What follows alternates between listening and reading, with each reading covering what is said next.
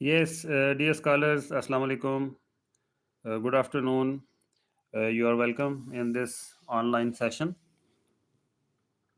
As you know, today we are going to discuss Rousseau's first discourse on the sciences and arts. It's part two. In the last session, we had discussed the first part. Today, we discuss its second part. And Rousseau starts this part two with saying that there was an old tradition.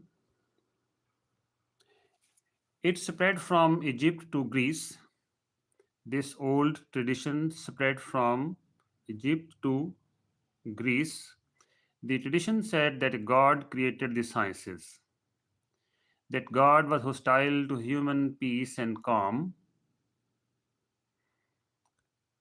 We should ask, what did the Egyptian think of the sciences? The sciences were born in their country. They could clearly see where the sciences came from. When we read the history of the world, we see something. When we add philosophical thinking to unclear histories, we also see the same thing. We do not find any source of human knowledge that matches our ideal image. Astronomy came from superstition. So the motivating force behind astronomy was not something ideal. Eloquence came from ambition. Ambition again is taken as a negative uh, thing. It also came from hatred. Hatred is also a negative emotion. Ambition also came from flattery. Flattery is also bad for human society. It also came from lies. Geometry came from greed. So these are negative emotions, negative traits of people. Physics came from empty curiosity. Empty curiosity. There was no noble mission uh, when people started physics. All sciences came from human pride. Human pride. Even moral philosophy came from pride. So the sciences and arts were born from our vices. We would doubt them less. Their benefits would be clearer. This would be true if they were born from our virtues instead. So, if these things were born out of our virtues, out of good traits in humans, then they would be better. The problem of their origin is easy to see. It appears clearly in the things the sciences aim for. It appears clearly in the things the sciences aim for. I think on YouTube, even you can make some comment by typing. I think there is some option if you want to make some comment or question during the discussion. It will appear on my screen. So Rousseau says it appears clearly in the things the sciences aim for. What would we do with the arts without luxury? Luxury feeds the arts. The arts are not basic need of humans.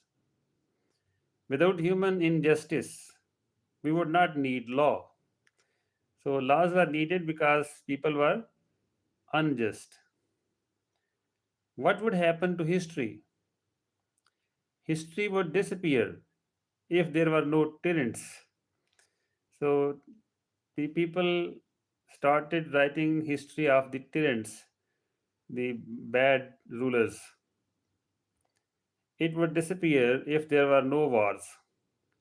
So history also started with wars. It would disappear if there were no conspirators. Conspirators are bad people. Who would want to spend life on empty studies? No one would. If every person only cared about basic duties, no one would want to spend life on empty studies. So people focus on empty studies when they ignore their basic duties. This is what Rousseau, in fact, is trying to say.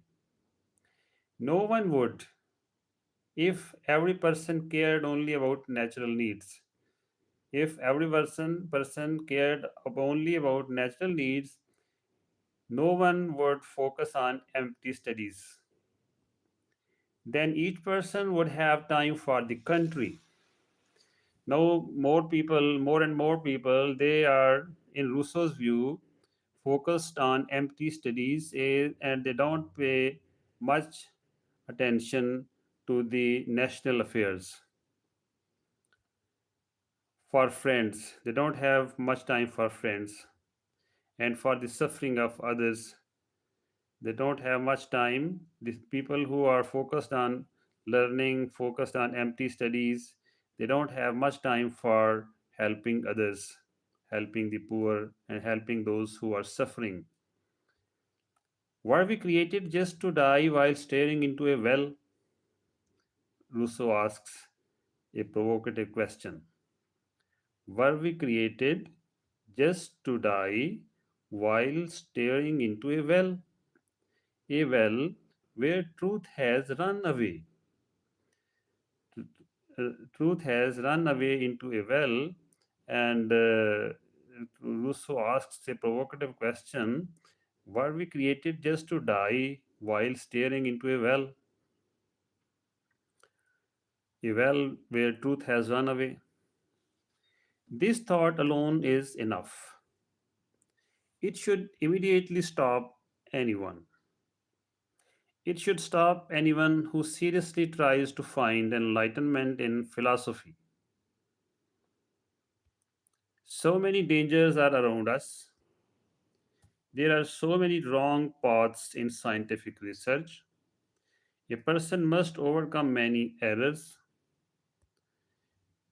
These errors are 1,000 times more dangerous than the usefulness of truth. You know, in research methodology, you study that the aim of science is to seek truth. And the research methodologists, the research experts, they tell us that when we try to find out the truth in a scientific way, there's the likelihood that we will make so many errors, so many mistakes, and it is very hard to find the truth of the find the reality of the things. One must overcome them to reach truth. One must overcome those challenges, those errors to reach truth. The difficulties are easy to see. Human error can take endless forms. Truth has only one form. Also, who searches for truth sincerely? By what signs can even the most sincere person know they found it? By what signs can even the most sincere person know they found it? No, in fact, Rousseau is drawing our attention towards a hard fact, a troubling fact. The troubling fact is in the world, in every country, there are thousands and thousands of scientists, researchers who theoretically at least are trying to find the truth. But Rousseau says that in fact they are not trying to find the truth. They are ambitious. They are doing this for their lower ambitions, short-sighted purposes. For example, they are pursuing a degree. They are doing research for the degree. They want a job. Most of them want a job, so they are doing research, scientific research for the job. So the search for truth, it is the least priority. It is not the top priority of the people. So this is the hard, troubling fact which Rousseau is trying to draw our attention to. So he says, by what signs can even the most sincere person know they found the truth? There are many different opinions. In this crowd of opinions, what standard will we use to judge truth rightly? Here is the biggest problem. Even if we are lucky enough to discover truth, who among us will know how to use it wisely? Then it is another problem. Even if we find the truth, how will we use it wisely? If our sciences chase useless things, they become more they become even more dangerous in their effects. The sciences were born from idleness. The sciences were born from idleness. They feed idleness again, laziness. The first harm they bring to society is a huge loss of time. In politics and in morals, it is bad when a person does not do good. It is bad when a person does not do good. Every useless citizen can be seen as a harmful person. Every citizen can be seen as a harmful person. Because if a citizen is useless, wasting time, he or she is not helping the state, helping the society, helping the others. They are a burden on the country, they are a burden on the society. This is why Rousseau says every useless citizen can be seen as a harmful person. Tell me then, you famous philosophers, you taught us how bodies attract each other in a vacuum. Now, Rousseau provokes philosophers. He shouts on them, says, O philosophers, tell me then, you taught us how bodies attract each other in a vacuum. You taught us the relations of spaces traveled by planets and their revolutions. You taught us about curves with conjugate points. You taught us about curves with points of inflection. Inflection means a change of curvature from convex to concave at a particular point on a curve. O philosophers, you taught us about curves with cusps. Cusp means a pointed end where two curves meet. You taught us how a person sees everything in God. You taught us how the soul and the body correspond like two clocks. They correspond without touching and without communicating. You taught us which stars may have inhabitants. You taught us which insects reproduce in strange ways. Explain something to me now. Rousseau asks philosophers, explain something to me now. You, who have given us so much high and lofty knowledge, if you had never taught us anything, would there be fewer people in the world? If you had never taught us anything, would there be fewer people in the world? Would governments work worse? Would we be less powerful? Would we be less prosperous? Or would we be more wicked? Think again about how important your achievements really are. If the works of our wisest scholars and best citizens gave us so little real benefit, then tell us what to think of the crowd of unknown writers. Tell us what to think of idle men of letters. They waste their time. They also waste the resources of the state. Did I say they were idle? I wish they really were only idle. Our morals would be healthier. Society would be more peaceful. But these proud and empty talkers are not idle. They are not only idle, they spread out everywhere. They carry harmful ideas. Their ideas attack our faith. Their ideas destroy virtue. They laugh at old words like patriotism. They laugh at old words like religion. They use their talents to destroy what people hold sacred. They do not truly hate virtue or our beliefs. They are only enemies of public opinion. The philosophers, the writers, the scholars, they are only enemies of public opinion. If we send them to live among atheists, they might run back to church because, in any way, they have to oppose the public, they have to oppose the public opinion. Oh, desire for fame, you stop at nothing. Wasting time is a great evil. But even worse evils come with literature and the arts. One great evil is luxury. Luxury comes from laziness. Luxury comes from human vanity, pride.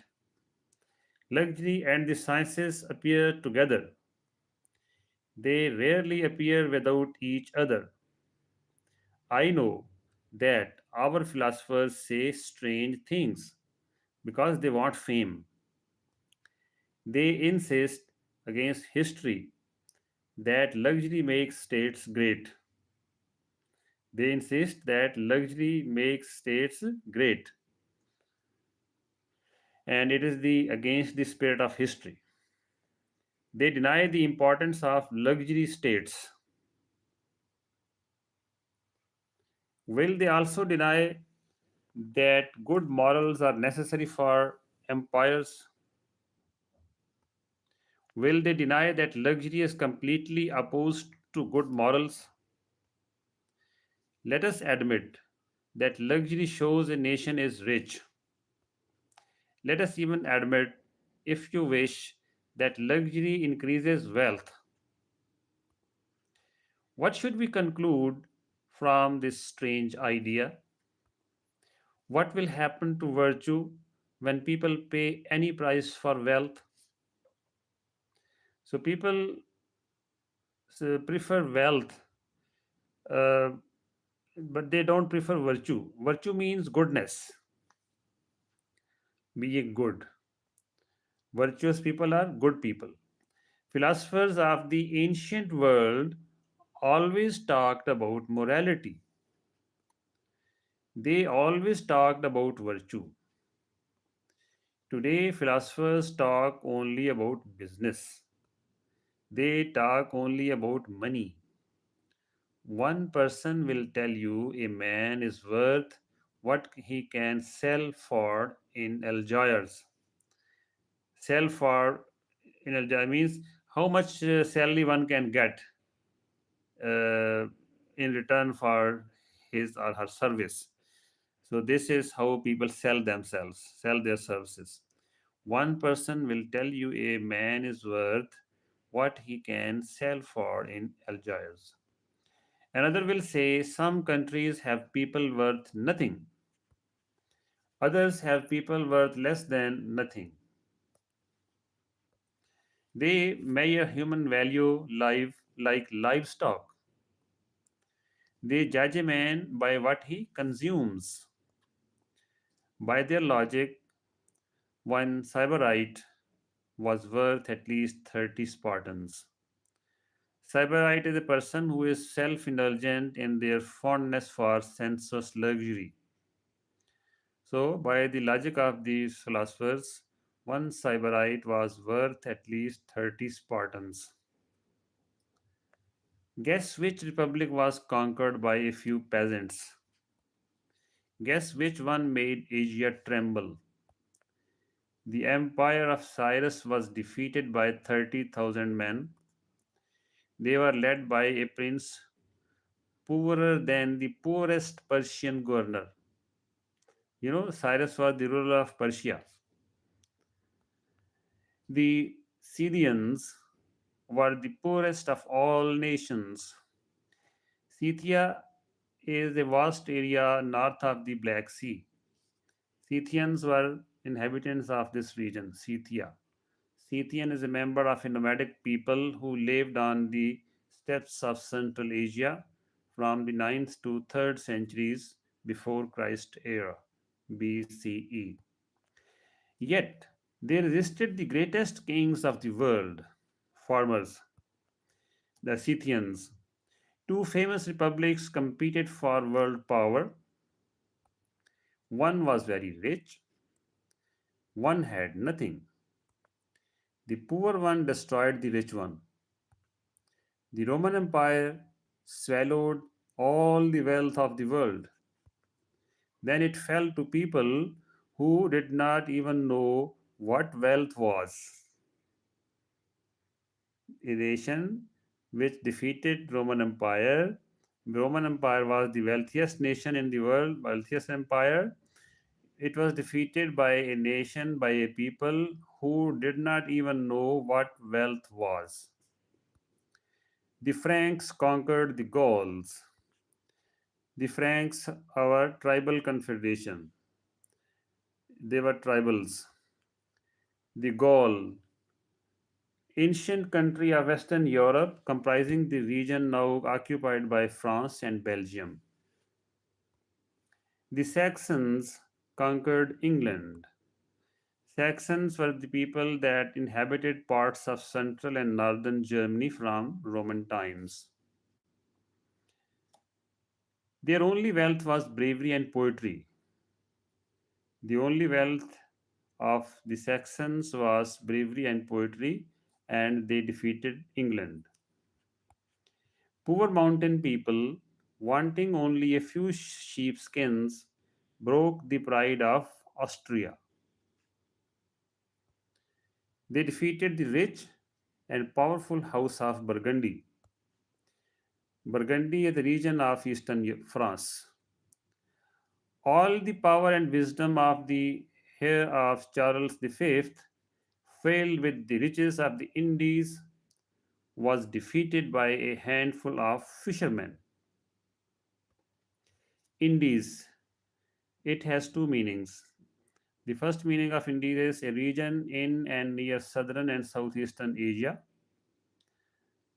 The second meaning is India, Indochina, and the East Indies. Let political philosophers stop their calculations, Rousseau says. Let political philosophers stop their calculations. Let them think about these examples. Let them learn that money gives everything except morality and citizens. What is the real question about luxury? It is whether empires should be bright and short lived or virtuous and long lasting. I say brilliant, but what kind of brilliance is it? Love for luxury and love for honesty cannot live together. Love for luxury and love for honesty cannot live together. Minds filled with small and trivial concerns cannot rise to greatness. Even if they had strength, they would lack courage. Even if they had strength, they would lack courage. Every artist loves applause. Every artist loves applause, loves clapping, admiration, appreciation. Artists demand, they love, they ask for appreciation. Praise is the sweetest part of his reward. When people praise the artists, it is the sweetest part of their reward. What will he do to get praise If he is born in a nation and at a time when fashionable scholars let shallow youth rule taste. So if the people around an artist, they don't have any depth in their personality, in their thinking, they are just shallow people. So who would appreciate the precious pieces, the pieces which have depth created by artists? What will he do when people give up their own taste just to please those who limit their freedom? What will he do when great plays and great music are abandoned because one gender approves only what matches the weakness of the other? Because one gender approves only what matches the weakness of the other. What will he do, gentlemen? He will lower his genius. He will lower his genius because the people around him cannot appreciate his higher genius. So he will lower his genius to get appreciation. He will match the spirit of his time. So he will lower his talents. He will choose to create ordinary works admired in his life. He will refuse to create masterpieces valued only after his death. Tell us, great Voltaire, how many strong and powerful works did you abandon for our false delicacy? How much greatness and nobility did you sacrifice to shallow gallantry? Gallantry is bravery. So, the fall of morality, which comes from luxury, leads to the corruption of taste. The fall of morality, which comes from luxury, leads to the corruption of taste. Tastes are corrupted due to luxury. If a man with great talent and strong character refuses to bow to his age and refuses to create childish works, he will suffer. He will die poor. He will die forgotten. I wish this were only a prophecy. No, it reminds me of our own situation. It draws our attention to the researchers and scholars and professors and university teachers these days. You know, Higher Education Commission has set standards and some requirements, publication requirements for appointments in the universities and for promotions. And people are churning papers day and night, the papers which have no depth, no real research behind them. People are printing hundreds and thousands of papers which have no worth, but they are getting the rewards, financial rewards. They are being promoted.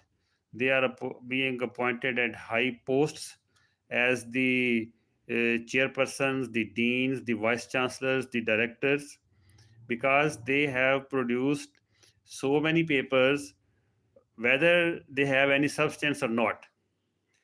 So here, at least here on this point, I agree with Rousseau. So Rousseau says, I wish this were only a prophecy, but experience proves it. Carl and Pyre, the time has come. Your brushes were meant to decorate holy temples with sacred images. Soon you must drop them or use them to decorate coaches with indecent pictures. And you, Pagal, unmatched artist, rival of Praxiteles and Phidias, your hands should create gods worthy of worship. These are the famous artists. But when you must carve the belly of a, but even you must carve the belly of a pasha.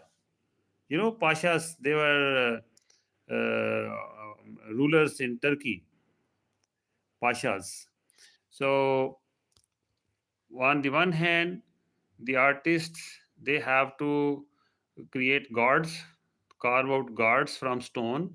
But on the other hand, they also have to carve the belly, the carve the rulers in stones, or else do nothing at all.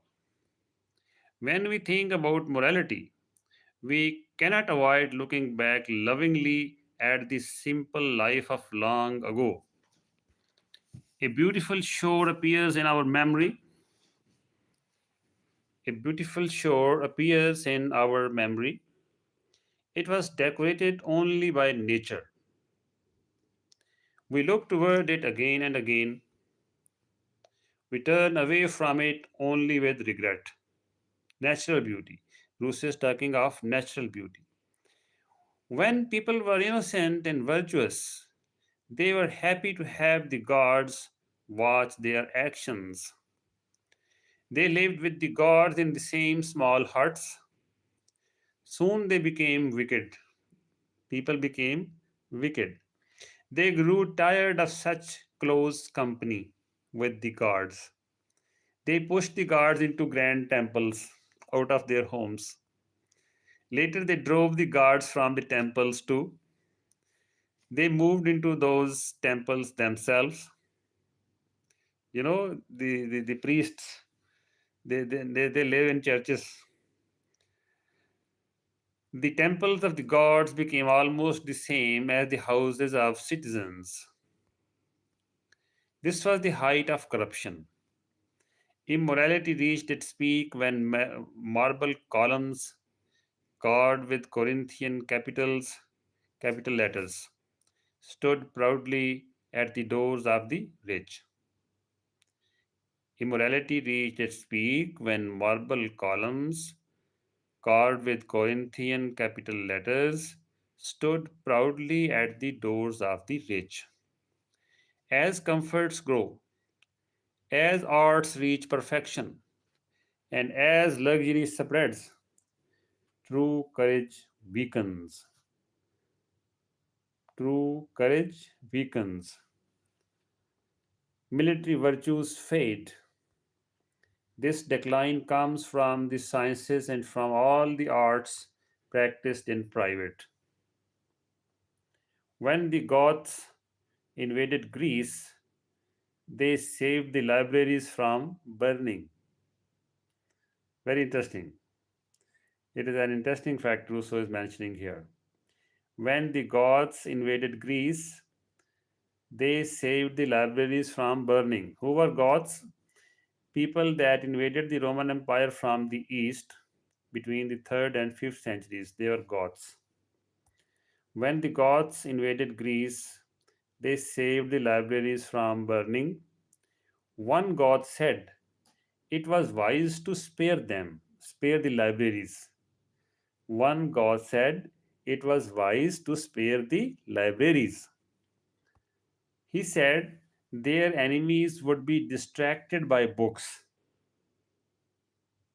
Just pay attention. One Goth said, their enemies would be distracted by books. They would neglect military training. Charles VIII conquered Tuscany and Naples easily. Tuscany is a region in central Italy. Naples is a large city in the southern part of Italy. Charles VIII conquered Tuscany and Naples easily. He barely had to draw his sword. His court said this easy victory happened because the Italian princes and nobles enjoyed learning more than war. The wise historian who tells these two events says something important. Many examples teach us this. In military matters, the pursuit of science weakens courage. It softens it. The pursuit of science softens courage. The Romans admitted something important. They admitted that military virtue died in their land when they began to love paintings and engravings. The Romans, the Romans admitted that military virtue died in their land when they began to love paintings and engravings. When they began to love jeweled objects and enameled objects, when they began to enjoy the fine arts, it seems that nation was destined to be an example forever. It seems that nation was destined to be an example forever. Forever. The rise of the Medicis and the return of letters destroyed again the military reputation of Italy. Medicis was Queen of France. The rise of the Medicis, the Queen of France, and the return of letters destroyed again the military reputation of Italy. Italy had seemed to recover that reputation a few centuries earlier, but it was lost again, perhaps forever. The ancient republics of Greece had great wisdom. This wisdom shone through most of their laws. They forbade their citizens from doing quiet and inactive jobs. These calm and sedentary jobs weaken the body. Soon they also weaken the soul. Sedentary jobs weaken the body, and sedentary jobs also weaken the soul. How can men face hunger, thirst, fatigue, danger, and death if they are crushed by the smallest need? Sedentary lifestyles means when not much physical activity is involved. When physical activity is not much involved, it is called sedentary lifestyle or sedentary job. So Rousseau asks, how can men face hunger, thirst, fatigue, danger, and death if they are crushed by the smallest need? How can they face hardship if they are discouraged by the smallest difficulty? So the military men, they have to be rough and tough so that they are able to face the hardships in the battlefield and during the war. How will soldiers endure long, hard work if they are not used to it at all? How will they march eagerly under officers who cannot even ride on horseback? Will someone now try to defend these scientifically trained modern soldiers? People praise their bravery in a one day battle, but no one talks about how they handle long hardship. No one talks about how they endure cold or heat. No one talks about how they survive without small luxuries. A little sun or a little snow or the lack of a few unnecessary comforts can destroy one of our best armies in a few days. Brave warriors, listen to the truth you rarely hear. You are good soldiers. You would have won with Hannibal at Cannae and at Trasimene. Hannibal is a was a general from the ancient city of Carthage. Cannae is an ancient town in southeastern Italy. Trasimene is the largest lake in central Italy. So Rousseau tells the soldiers, you would have won with Hannibal at Cannae and at Trasimene.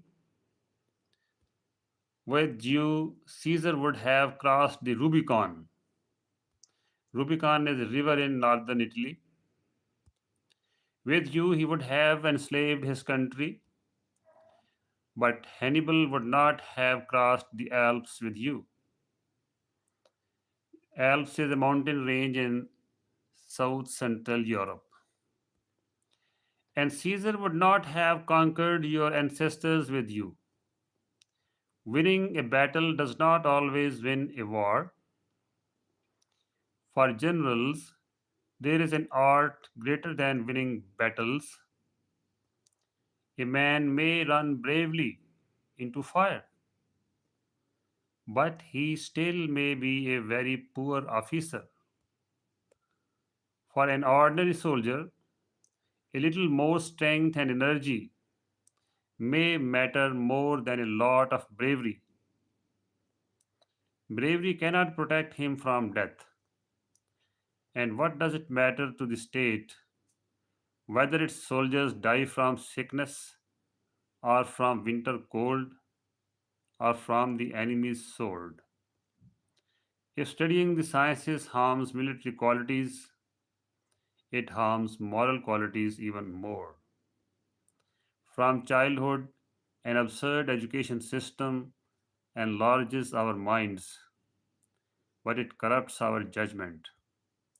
I see huge institutions everywhere. They cost a lot of money. They train our youth.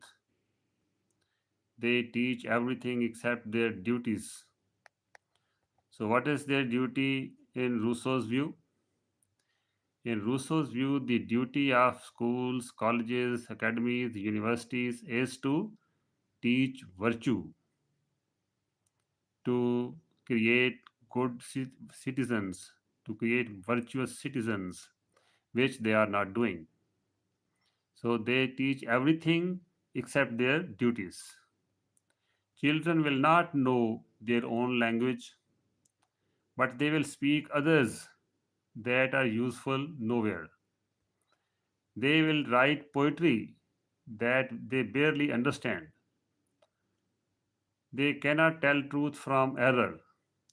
So the students, the graduates, they cannot differentiate between truth and lies. They will learn to hide truth and error from others with clever and misleading arguments. So, children learn this from educational institutions, but they will not know the meaning of duty. The dear name of the fatherland will never be heard by them. So, the graduates, the students, with passage of time, they become less patriotic, Rousseau says, observes. If they are taught about God, they will learn fear instead of reverence. In education systems, students are not taught love of God, they are taught fear of God. A wise man once said he would prefer his student to spend time on the tennis court. At least there he would get a healthy body. I know children must stay busy. Idleness is the biggest danger for them. So, what should they learn? This is a good question. Let them learn what they must do to act like real human beings, not what they must later forget. Our gardens are full of statues, our galleries are full of paintings. What would you expect these admired artworks to show? Defenders of our nation are great people who help the nation by their virtue.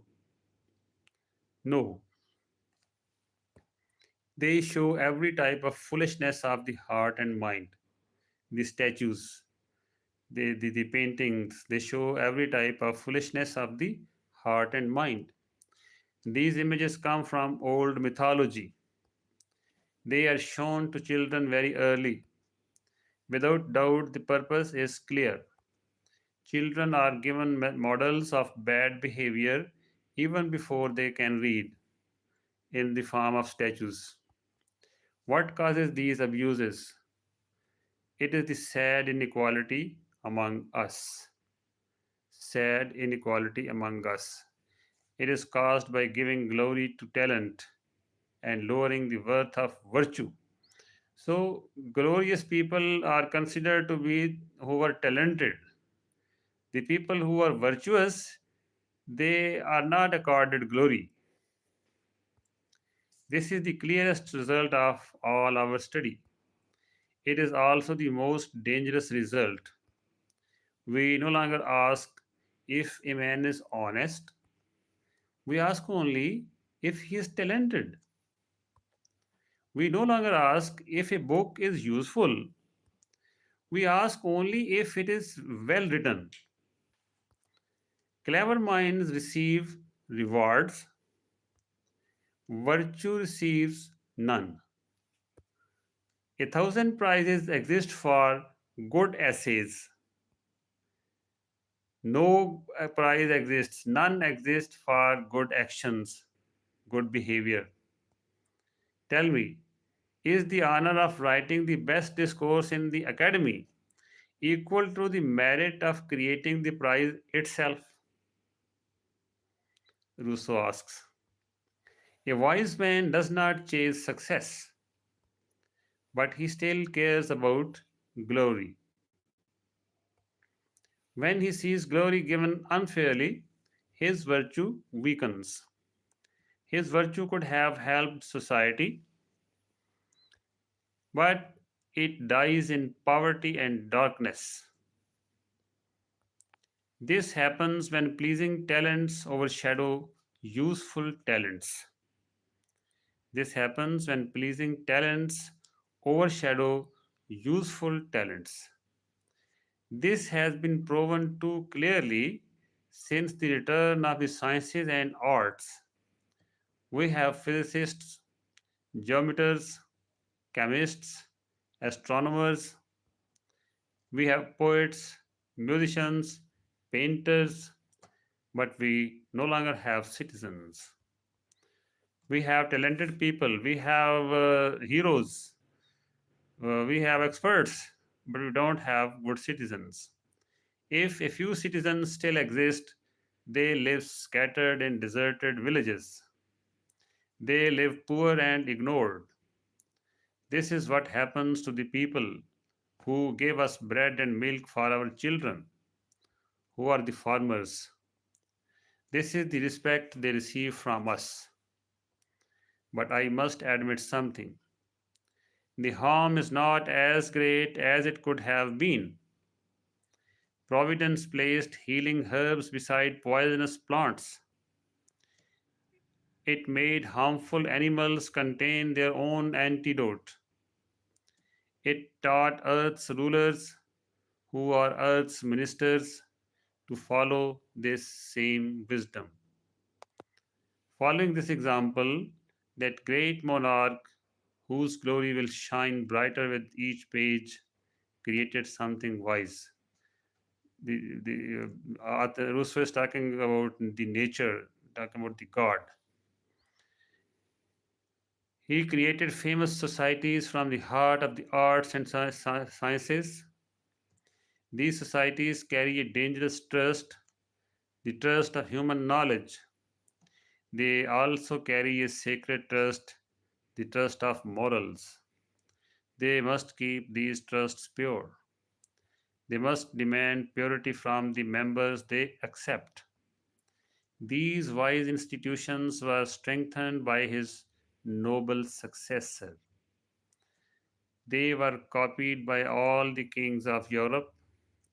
These institutions will at least act as a brake on intellectuals. They will restrain men of letters. All these men will desire the honor of joining these academies. They will watch their own behavior. They will try to make themselves worthy of this honor. They will do this through useful works. So some of the academies which were opened later, educational institutions, they changed the tradition of prioritizing sciences, prioritizing knowledge over virtue. And some of the academies and educational institutions, they also started paying attention to virtue. This is what I think what Rousseau is saying. They will do this through useful works. They will do this through flawless morals. These academies will give prizes for literary merit. In these contests, they will choose subjects that revive love of virtue. So, some of the academies were reviving the love for virtue in Rousseau's time. Some of the education institutions. These subjects will awaken virtue in the hearts of citizens. The academies will show that love of virtue lives among them. They will give every nation a rare and sweet player. People will see learned societies offering not only pleasing knowledge, people will see learned societies offering not only pleasing knowledge, they will also offer helpful moral teaching. I do not care to hear an objection. So Rousseau assumes, presumes that Rousseau foresees that his ideas will be criticized. People will raise objections. He says, I do not care to hear an objection. Any objection only proves my point. So many precautions show how necessary precautions are. People do not look for remedies when no illness exists. Why should these precautions share the weakness of ordinary remedies? Why should these precautions share the weakness of ordinary remedies? The many institutions created for scholars can easily deceive them. They can deceive scholars about the purpose of the sciences. They can push minds towards studying the sciences too much. The precautions taken make it look as if we have too many farmers. They make it look as if we fear having too few philosophers. I do not wish to compare agriculture with and philosophy. People would reject such a comparison. I will only ask one question: what is philosophy? What do the writings of the most famous philosophers contain?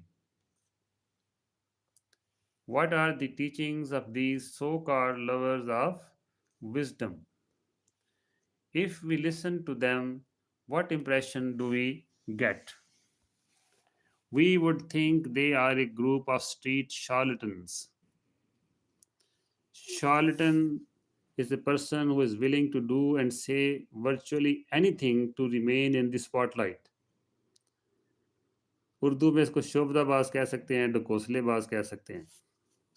So Rousseau says, we would think they are a group of street charlatans. Each one calls from a different corner of the marketplace, come to me, come to me, only I do not deceive.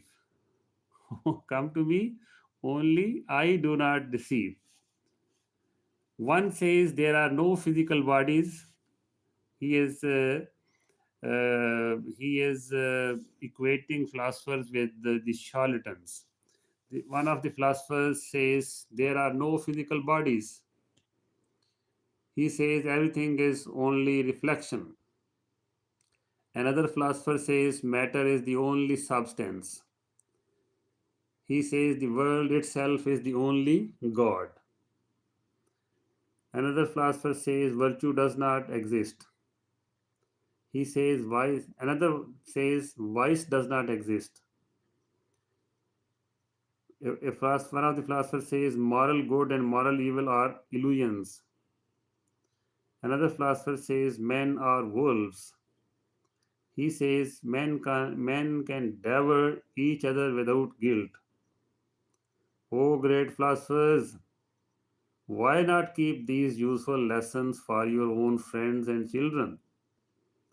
You would quickly receive your reward, and we would not fear seeing your disciples among our own friends. We would not fear seeing them among our own children. These are the wonderful men. These men were honored by their contemporaries while alive. These men were promised immortality after death. These are the wise teachings we received from them. These teachings will be passed from generation to generation. Did paganism, despite all its errors, leave anything as shameful? Did paganism leave anything as shameful as what printing prepared for us during the Christian era? The pagans were the people who I think did not believe in God. The impious writings of Lucippus and Diagoras died with them. Lucippus was a 5th century BC Greek philosopher. BC means before Christ. Diagoras was a Greek philosopher born in Melos in 5th century BC. The art of giving eternal life to human nonsense had not yet been invented. But now, thanks to printed letters and thanks to how we use them, the harmful dreams of Hobbes and Spinoza will last forever. Go then, famous writings, writings which the simple minds of our ancestors could not have produced. Go forward to our descendants, together with even more dangerous works, works which smell of the moral corruption of our age. Go and bring to future centuries in a faithful record. Go and bring to future centuries a faithful record, a record of the progress of our sciences, a record of the benefits of our arts. If they read your message, they will have no doubt about the question we debate today. And unless they are more foolish than we are, they will lift their hands to heaven and say, they will pray, Almighty God, you who hold every soul in your hands, save us from the enlightenment and the deadly arts of our ancestors. Give us back ignorance, give us back innocence, give us back poverty. These are the only treasures that can make us happy. These are the treasures precious in your sight, they pray. If the progress of the sciences and arts has brought us no real happiness, and if it has corrupted morality, and if corrupted morality has spoiled purity of taste, then what should we think of that crowd of easy writers? These writers removed the obstacles at the gate of the temple of the Muses. These obstacles were placed by nature as a test of strength. They were meant for those who wanted to seek knowledge. What should we think of those collectors of books? They battered down the entrance to the sciences without thinking. They let crowds into the sanctuary. These crowds were unworthy of approaching it. How much better it would have been if all those who could not go far in a literary career had been turned back at the entrance. They should have been guided toward useful arts. Society would have benefited. A person who would always be a bad poet or a third rate geometer might have become an excellent clothmaker. Those whom nature meant to be her disciples hardly needed teachers at all.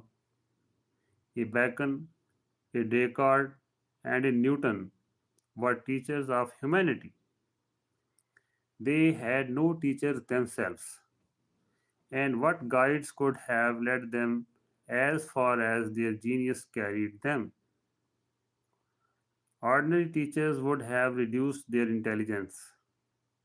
They would have forced it into their narrow limits.